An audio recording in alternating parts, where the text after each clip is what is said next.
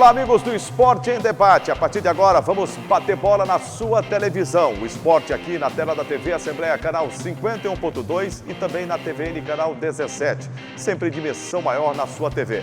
E olha só, gente, do Esporte em Debate de hoje, que está espetacular, você vai ver. MAC e Sampaio Corrêa empatam pela segunda rodada do Campeonato Maranhense. Você vai ver ainda muita história e muitos gols. Hamilton Sadias Campos recebe homenagem da Federação Maranhense de Futebol na 100ª edição do Campeonato Estadual. E mais, Julianina e Carol Hertel intensificam treinamentos visando competições em 2020.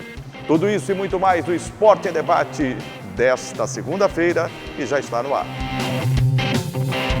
E nós começamos o Esporte Debate destacando a natação. 2019 foi embora, 2020 está passando já rápido.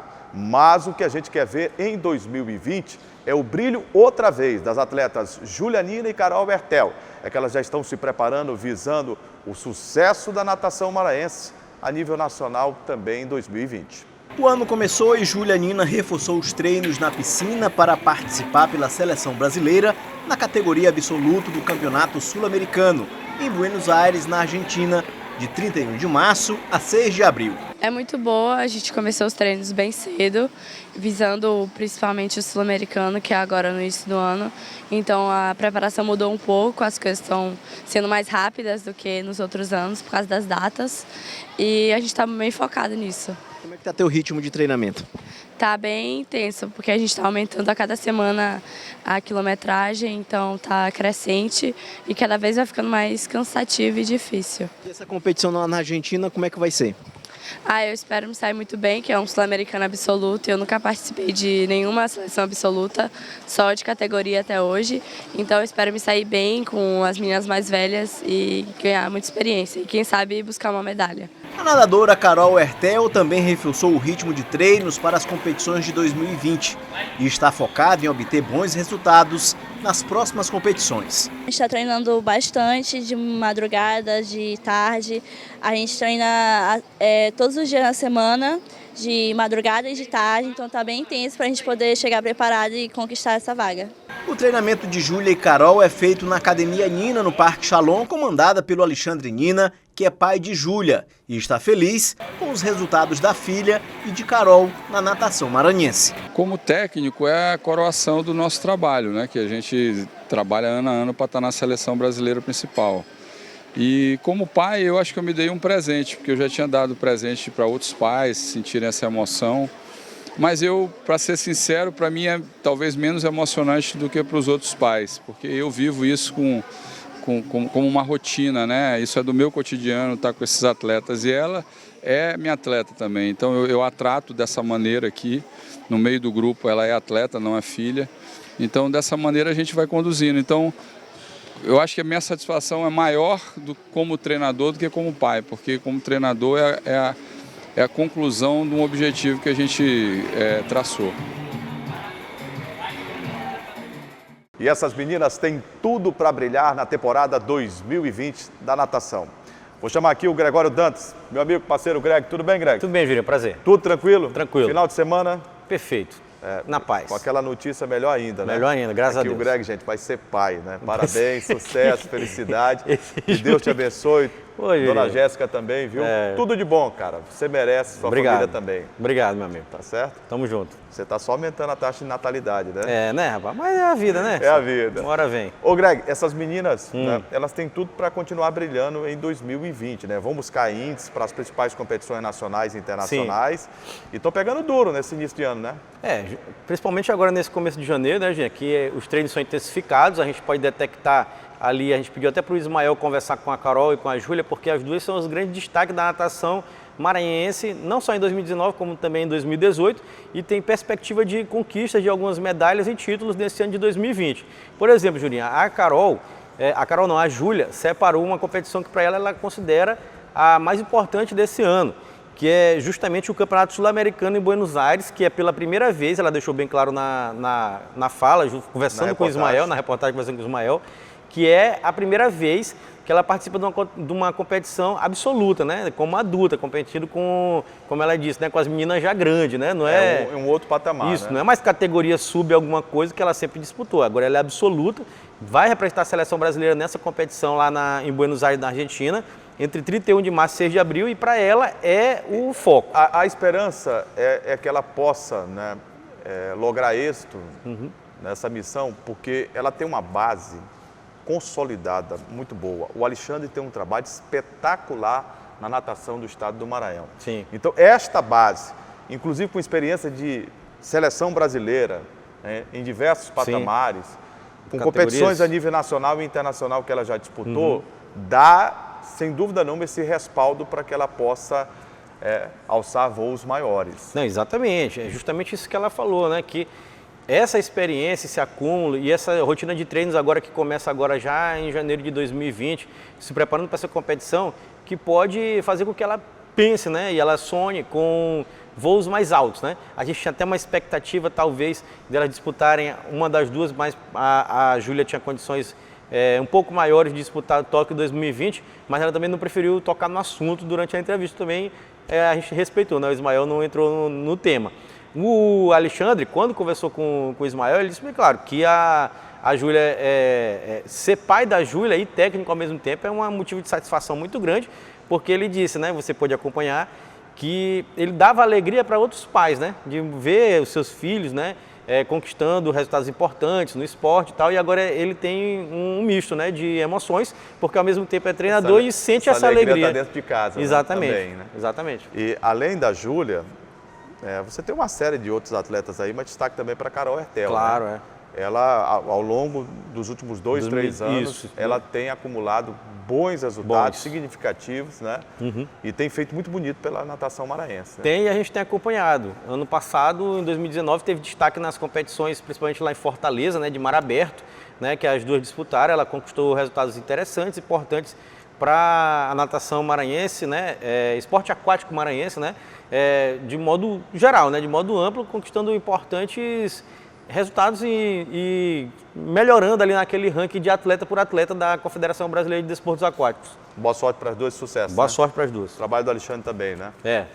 Depois do intervalo, o gênio da bola, Hamilton Campos, recebe a homenagem no Campeonato Maranhense Centenário. Daqui a pouco a gente volta para falar desta homenagem a um dos grandes talentos de toda a história centenária do Campeonato Maranhense e do nosso futebol.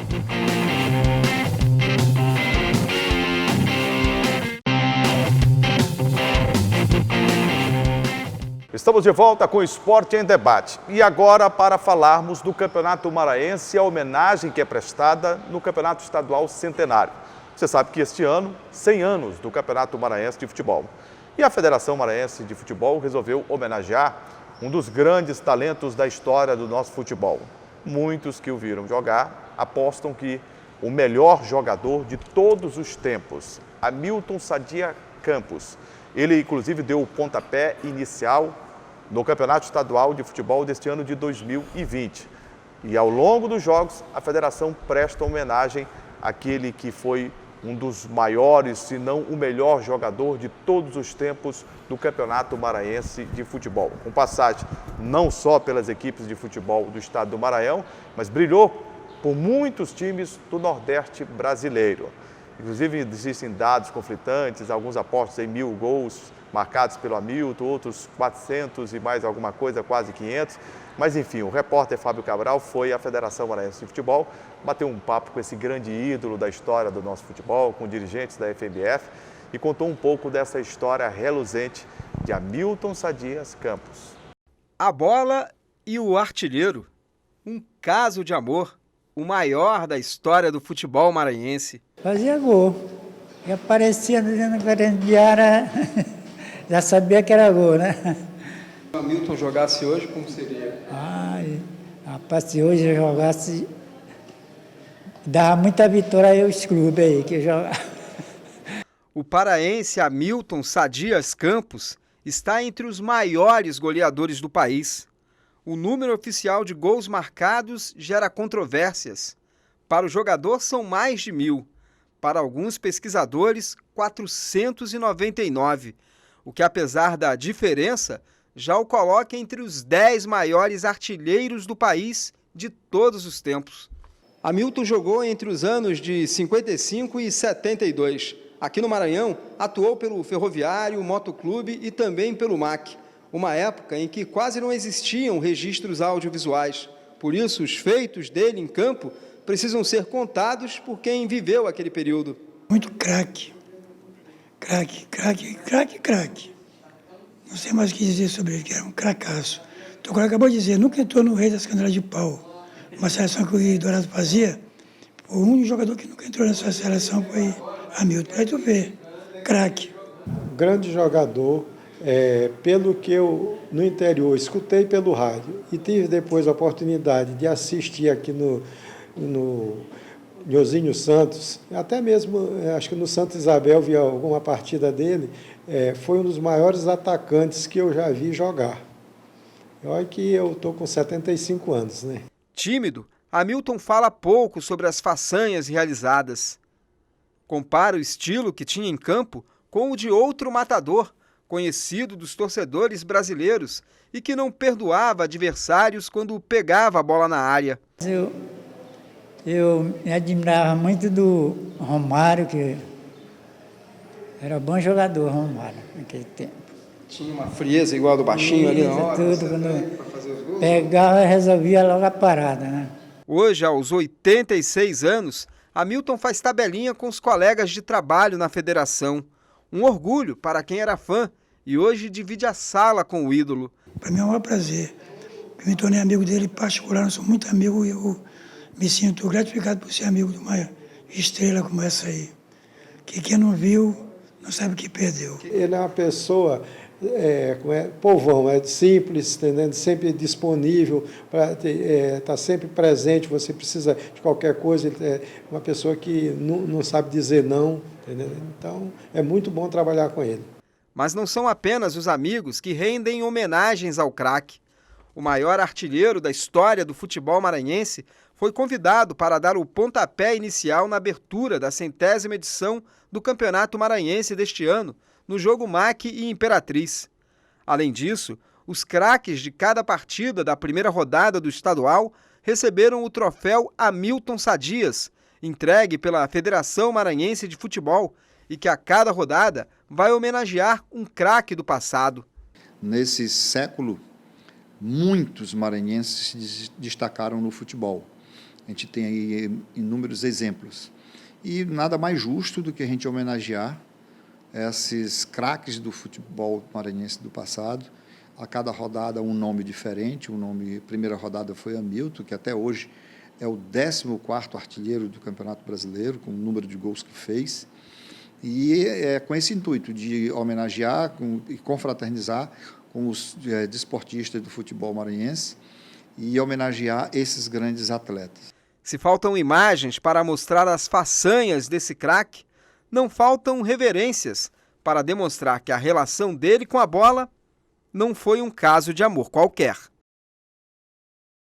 Ô Greg, sim, que história brilhante. Linda. O meu pai, Juraci Vieira, de saudosa memória, narrou muitos momentos, né, da gloriosa carreira do Hamilton. E em conversas que a gente tinha sobre futebol, e é tudo aquilo que eu consigo saber do Hamilton, além dos livros, além da literatura, dos jornais, né, que a gente teve a oportunidade de ler, ele dizia, olha, de todos que eu vi jogar no Maranhão, o Hamilton foi genial. Foi um grande destaque, e com as palavras do meu pai, eu carrego isso para a história da minha vida profissional e defendo. Ele foi o melhor, genial, homenagem justíssima. Justo. Precisava até muito mais do que foi lhe prestado até agora. É verdade, Juliano. A gente destaca sempre o Hamilton, né? Que hoje trabalha na Federação Maranhense de Futebol, né? Tá com 86 anos. Tá bem, né? Tá Graças bem, a Deus. tá legal, tá de boa, bem com a vida, simples, humildade, né? O cara bem amigo de todo mundo gosta do Hamilton. Humildade em pessoa, com a bola... Não, era outra coisa. Com a bola era matador, outra história. Matador. Ele tinha uma supremacia, sim, né? Fazia muitos gols, de tudo quanto era jeito, um grande dominador de bola, tratava a bola muito bem, chamava a bola de você, né? Exatamente.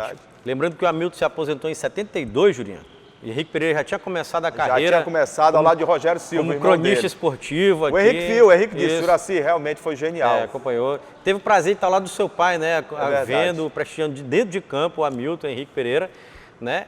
E a gente destaca, Jurinha, que o Hamilton, além de toda essa grande história, esse número de gols impressionantes, você já disse, conflituosos, né? Até alguns matemáticos maranhenses falam... Quem também viu o Hamilton jogar... Quem, rapaz? Foi o tio do repórter. O tio de Fábio Cabral. Deni Cabral. Um dos maiores repórteres de todos os tempos também do rádio do Nordeste brasileiro. Viu o Hamilton jogar. Fábio também não viu, não, pô? Não, o Fábio, não? O Fábio é mais novo. Mais novo, né? Tá certo, tá certo. Tá bom. O Fábio conta a história. Conta a história, né? Pois é, aí a gente destaca o Hamilton o seguinte, Juliana, teve passagem aqui no Maranhão, no Moto, no Ferroviário, jogou no Santa Cruz de Pernambuco, né? Tem esses números aí conflitantes que você já destacou, alguns dizem que ele fez mais de 1000 gols, ele mesmo diz, e outros dizem que ele fez 490, perto de 500 gols. Eu andei o Brasil e quando a gente sai para narrar jogo no Pará, em Pernambuco, no Ceará, a gente tem a oportunidade de conversar com diversos cronistas e de muitas gerações, né? Tem cronista de 80, 90 anos que está trabalhando ainda, graças a Deus. E muitos viram o Hamilton jogar. E me passaram alguns números em Pernambuco que o Hamilton tem um pouco de razão em contestar esses números aí.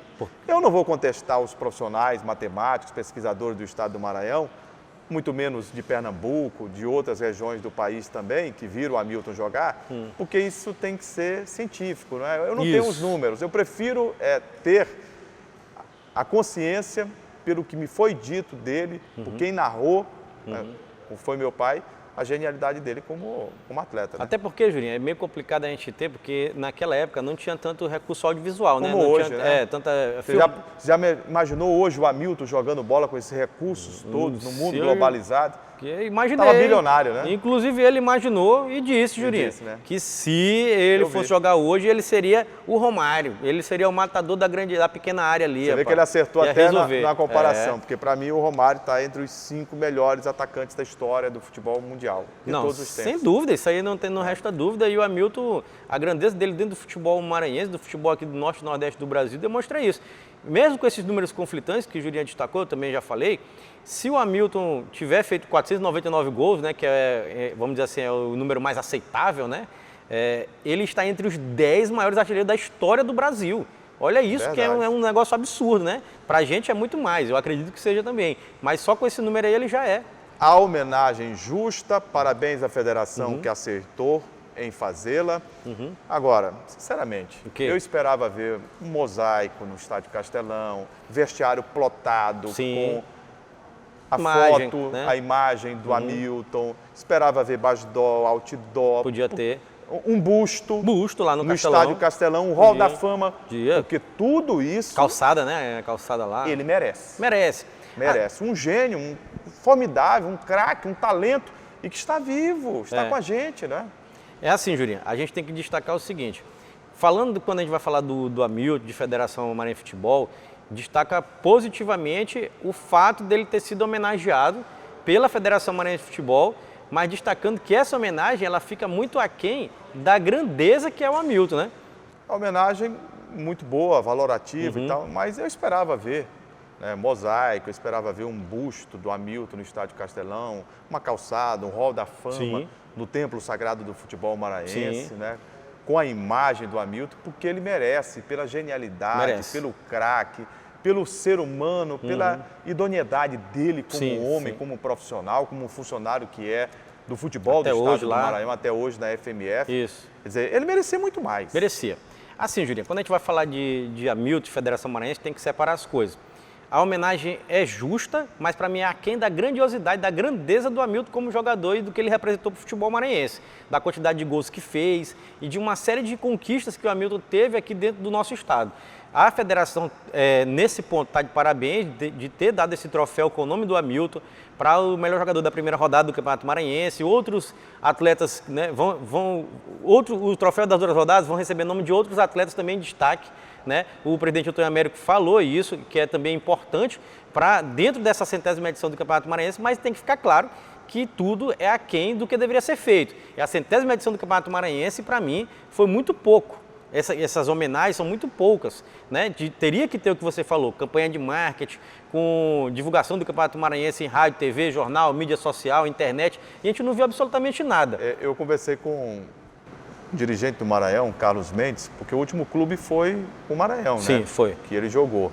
Presidente do Conselho Deliberativo, e ele me contou um pouco, narrou os fatos da época, o que o Maranhão fez para ir a Recife e conversar com o Jim Stoff, que era o presidente do Santa Cruz, cara acionista da White Martins. Você lembra da White Martins? Sim, lembro, transportador. E ele foi numa reunião e o Jim usava um charutão lá e o Hamilton, vocês querem levar o Hamilton? Mas por que levar o Hamilton? Não, porque o Hamilton é a cara do futebol maranhense, a gente quer fazer um grande time.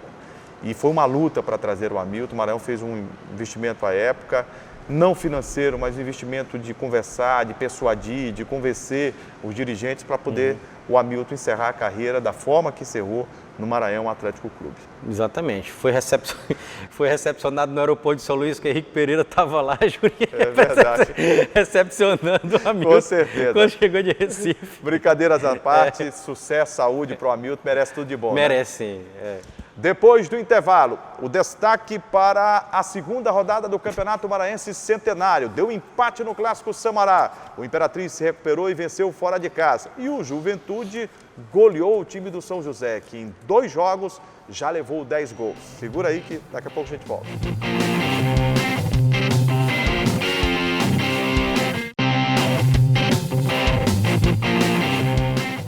A bola rolou no final de semana para o Campeonato Maranhense de Futebol Centenário, a segunda rodada da competição. Tivemos no sábado a abertura da segunda rodada no Castelão, o Clássico Samará, Maranhão Atlético Clube e Sampaio Corrêa. O Maranhão abriu o placar, o Sampaio empatou e o jogo terminou 1-1. Partida válida pela segunda rodada do Campeonato Maranhense. O Estádio Castelão recebeu o clássico entre Maranhão Atlético Clube e Sampaio Corrêa. Início de jogo e o time boliviano buscando alternativas para abrir o placar. Logo aos 7 minutos, Matheus arriscou de cabeça, mas o goleirão maquiano fez bela defesa. O Sampaio seguiu com boa posse de bola, mas foi o Mac que abriu o placar aos 16 com Davidson. Golaço com a canhota após desvio de cabeça. Tudo bem que houve falha na defesa, mas o chute foi certeiro. Mérito do Davidson e festa na torcida do Bode. Aos 30 quase veio o gol de empate, mas Diego estava lá e evitou o gol que seria de Marcão.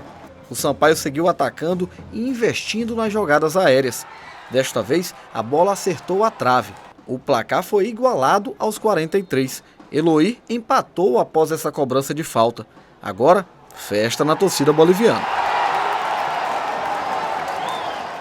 Durante o intervalo, os torcedores estavam otimistas. O que nós estamos fazendo aqui é um bom jogo. O Maranhão está fazendo um bom jogo. O Maranhão não tá se menosprezando. O Maranhão tá indo para cima, tá indo pro jogo, pro Sampaio, entendeu? E a gente vai ganhar. Palpite é 2-1. O Sampaio tá bom. Agora a zaga deles é boa. O goleiro deles é que é ruim. Mas o Sampaio tem tudo para virar esse jogo aí. E vamos ganhar, com certeza. Algum palpite aí para resultado? Eu tô botando 4 pro Sampaio. Tá otimista, né? Claro, com certeza. Mas apesar dos palpites, a segunda etapa não foi tão produtiva quanto os torcedores queriam. Sem grandes oportunidades, o jogo foi encerrado com placar em 1-1. O próximo confronto do Maranhão Atlético Clube será contra a equipe do Cordino de Barra do Corda. Já o Sampaio Corrêa enfrenta o Pinheiro Atlético Clube pela terceira rodada. Ô Greg, deu empate no Clássico Samará. E aquilo que a gente vem falando há algum tempo aqui, gente, vamos ter calma em relação às primeiras rodadas de qualquer competição, principalmente numa abertura de temporada. Sim, precisa. Às vezes a vitória, acachapante, massacrante, ela mascara e pode enganar. E às vezes uma derrota ou uma vitória empate, por um gol de diferença pode te levar a uma precipitação. Isso. Quem foi ao Castelão torcer pelo Sampaio, imaginou uma goleada. Imaginou. Quem foi ao Castelão torcer pelo Maranhão, disse o Maranhão vai segurar o Sampaio, vai jogar da mesma forma. A segunda opção levou vantagem, né? É verdade. O Maranhão realmente segurou o Sampaio. Segurou. Teve volume, posse de bola. O Maranhão abriu o placar, um belíssimo gol do Davidson e o Sampaio empatou. O Maranhão, o Julinho já destacou, abriu o placar, um belíssimo gol do Davidson, uma bola levantada ali na entrada da área, ali na meia-lua. O Monga cabeceou, né, daquela caspita na bola. Sobrou para o Davidson, que dominou de esquerda e bateu o pé. Forte, alto, sem chance. Pantera Negra, rapaz, não teve chance. Não viu nem Não, por não onde viu, ela foi passou. nada, não foi nem Wakanda, ele não pegava aquela bola. Aí, beleza. Balaço. Aí, Jurinha, logo depois o Sampaio teve várias oportunidades de gol, criou. Eloy isso, no na poste trave, direito. O O goleiro Diego fez Cerqueira fez duas defesas impressionantes. Volume de jogo, bola alçada na área e tal, até que uma hora não deu, né? O goleiro Diego falhou, né? Na minha opinião ele falhou, saiu errado e o Eloy cabeceou e fez o gol de empate numa bola alçada na área novamente, numa bola levantada lá na direita, né? O Eloy fez o gol de cabeça, marcando e empatando o jogo.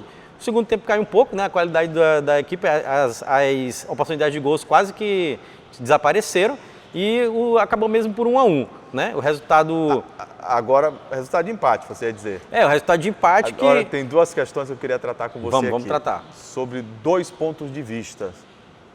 Primeiro do Maranhão, o Lucas Andrade, ao ser entrevistado após o jogo, disse o seguinte: o Maranhão soube sofrer. Isso. O Maranhão jogou da forma que tinha que jogar. Disse a mesma coisa contra o Imperatriz. Entendeu? E soube sofrer também. Isso, para nós da imprensa, soa de uma forma.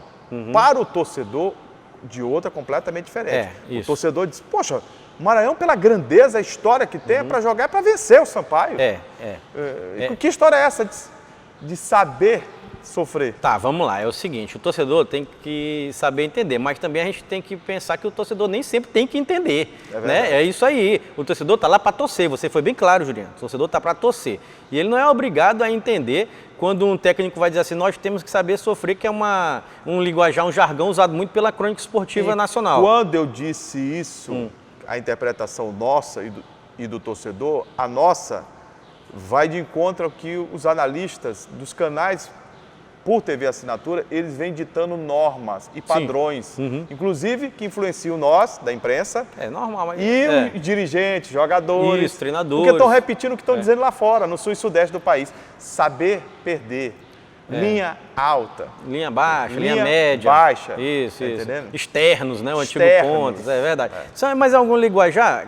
Acontece, Juliano, até porque a gente tem que, quando a gente vai falar de futebol, pensando no futebol... O Vanderlei Luxemburgo não gosta muito. Não usa, mas é assim, eu estava até lendo um pouco sobre história do futebol, esquema tático. Não existe, aliás, é muito tímida a literatura do Brasil, de termos escritos em português do Brasil, a respeito de futebol. Não existe, quase não existe, literatura mesmo, né? Então, o que aconteceu aqui? Teve um fenômeno que a literatura que é utilizada no Brasil é a literatura portuguesa. E em Portugal, não se chama ponta, chama externo. Aí não se chama atacante, chama avançado. E aí os treinadores brasileiros estão incorporando esse linguajar, né? Esses jargões portugueses. Mas muitas vezes é para dizer que sabe mais do que o outro, que está...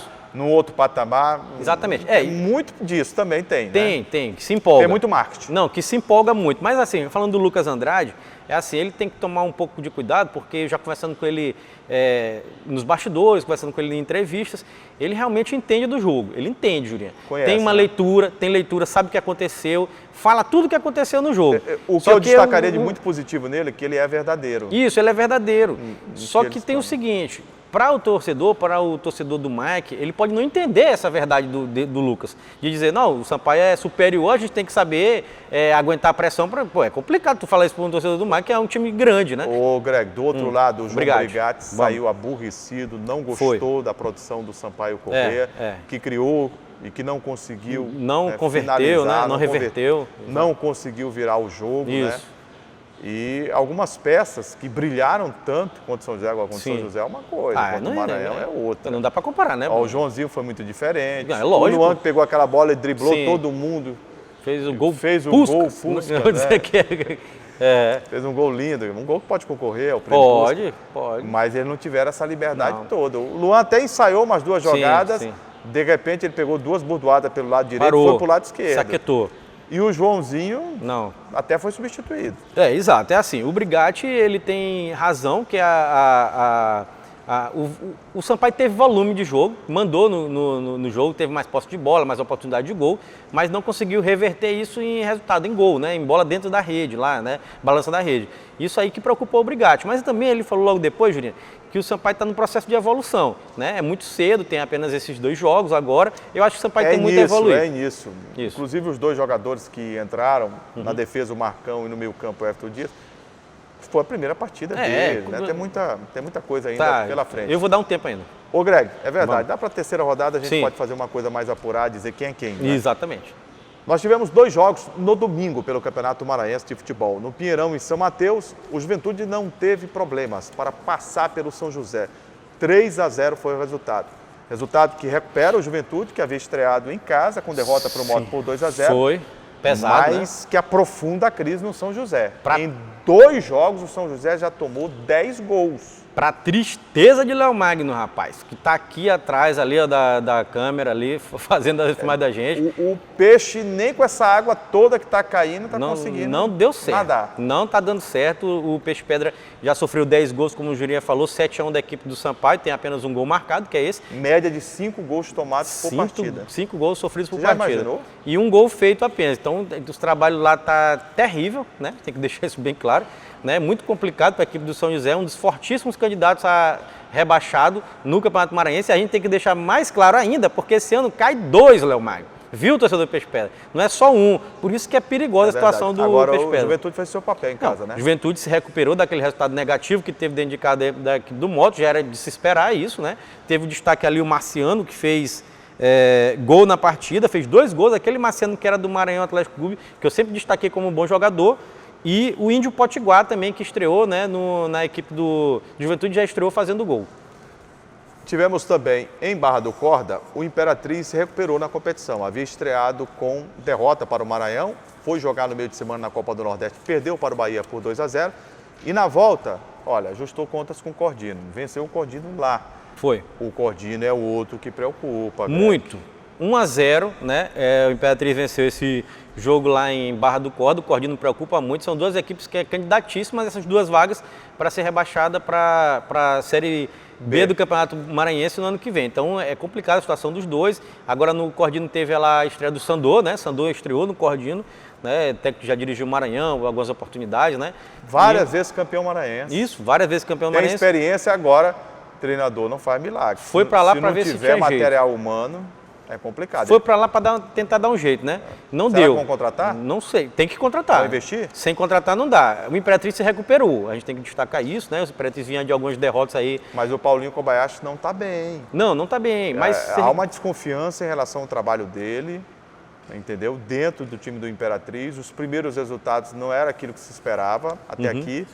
Venceu o primeiro jogo da Copa do Nordeste e aí se abriu uma perspectiva, perdeu para o Maranhão, não é pelo fato de ter perdido para o Maranhão, é da forma que jogou. Perdeu para o Bahia. Perdeu para o Bahia e 2-0 foi pouco, né? Para ganhar do Cordino, olha, suou bastante. Suou, exato. Mas ganhou, né? Mas ganhou. O resultado veio. Acho que o Imperatriz também tem que dar um pouco de tempo de trabalho. O Imperatriz tem Mas foi o primeiro que começou a trabalhar, né? Foi, mas para mim é o clube...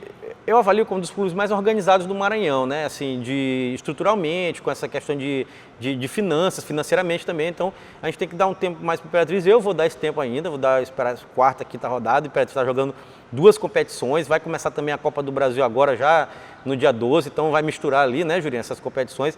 Então, eu vou dar um tempo. O Imperatriz joga dia 11. Isso, dia 11. Contra o Vitória. Um dia antes das outras equipes maranhenses. Então, a gente tem que dar eu vou dar um tempinho mais para o Imperatriz. Lembrando, Julinha, que para a terceira rodada do Campeonato Maranhense já temos aqui a tabela confirmada, né? Temos no próximo sábado, dia 8, lá no Costa Rodrigues, em Pinheiro, 4 horas da tarde, Pinheiro e Sampaio, né? Pinheiro e Sampaio. Bom jogo. Bom jogo, bem legal. No sábado, dia 8, também aqui no Estádio Castelão, o Peixe Pedra aí do Léo Magno, São José, vai encarar o Moto, né? Complicado. Moto, Clube de São Luís, 4h30 da tarde, sábado. E no domingo, teremos lá no Leandrão, Cordino e Mike, né, no domingo, dia 9, 3h30 da tarde, né, que o Cordino está muito mal, tem que se reabilitar, né, o Mike tem um empate e uma vitória, pode fazer mais 3 pontos e ficar bem. Na fita, né? E, Jurinho, encerrando aqui, tem um jogo... Se vencer esse jogo, o Maranhão encaminha uma classificação. Encaminha, chega a 7 pontos, fica bem. E temos um jogo aqui que foi adiado, né, justamente por esse acúmulo de jogos do Imperatriz nesse começo de ano, Copa do Nordeste, Copa do Brasil, Campeonato Maranhense. Imperatriz e Juventude no sábado, aí apenas dia 29 de fevereiro. 29 de fevereiro, no Frei Fundo da Badia, 7 horas da tarde, jogo válido pela terceira rodada. Gente, chegamos ao final do Esporte e Debate de hoje. O nosso muito obrigado pelo carinho da sua audiência. Lembrando que temos sempre esse encontro marcado aqui na TV Assembleia, segundas-feiras, 8 da noite, às terças, às 7h30 e às 2h30 da tarde. Ô Greg, os canais de interação para que o público possa participar, sugerir pauta, mandar informação, pedir alô também. O telespectador pode contribuir, Juliano, com o nosso programa através dos nossos canais de interação, né? Primeiro é o nosso site, que é o al.ma.leg.br/TV. Tem também o telefone da nossa redação, que é o 3269-3028. E o nosso WhatsApp, que está passando aqui embaixo da sua tela. O programa de hoje, Juliano, vamos dedicar a Wolverine Valadão. Frank, rapaz. Wolverine Valadão, do áudio, rapaz. Diferenciado Wolverine Valadão. 100%, né? 100%. Rapaz, uma coincidência O quê, hoje. rapaz? Hoje você sabe, reiniciadas as atividades dos É, parlamentares do Estado do do- Maranhão isso, neste né? ano de 2020. Câmara de São Luís, né? E a Assembleia do Legislativa. Legislativo. Isso. E sabe quem votou justamente hoje? Quem voltou? O Gleidson. Voltou pra onde? Eu olhei ele por aqui ainda agora. Veio trabalhar. Não, olhei por aqui, eu falei. Ah, tá. Eu não sei se está trabalhando. Ele veio, né? A gente não Ele sabe o que veio. está fazendo. Não, né? eu olhei por aqui, pelas instalações. Tá bom, beleza. Tá certo? Gente, um grande abraço. O Esporte e Debate fica por aqui. Até a próxima. Obrigado pelo carinho da audiência de sempre. Tchau, galera. Valeu. Tchau.